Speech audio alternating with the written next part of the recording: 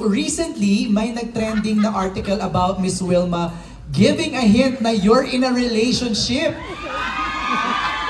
Parang report ko to sa TV Patrol. With Paolo. Nakita ko to. Headline bukas, ngayon ang broadcast. Ito si Miss Wilma. Be, maling show yun. Yung sinabi mong yun. Mali ba yun? Ano ba yun? Maling show yun, Be. Pero okay lang. Anong masasabi mo rito? Maling show ba yun? Yes, Show ba Be. yun? Pero love Kulang kita. na kasi ngayon eh, kulang. yeah. Mali.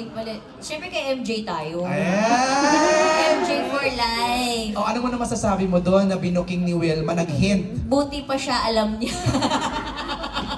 Ay, hindi na. Wilma doesn't give hints. Ano kayo? Kayo ang gulo-gulo nyo. Explain mo, explain. Diba? Okay, anong headline? Wilma doesn't give hints. Bakit ako kino-question ngayon? Wala akong hints. Sabi nga sa'yo, ito naman madamot, ayaw magbigay ng hint. Okay. No, tinanong ako kung sila ba. Sabi ko, kasi lagi sila sa tent eh. Masama ba yun? Tapos, sila ba? Parang. Tapos, yun yun. Tapos yung nag-headline, Wilma doesn't give hint.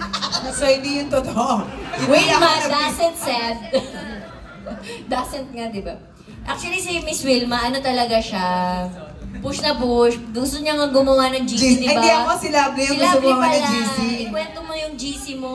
Kasi sabi po namin dun sa GC, gagawa sila ng GC, update kami ni Kim. So, pag nabuo na yung GC na yon, meron ng update si Kim sa akin.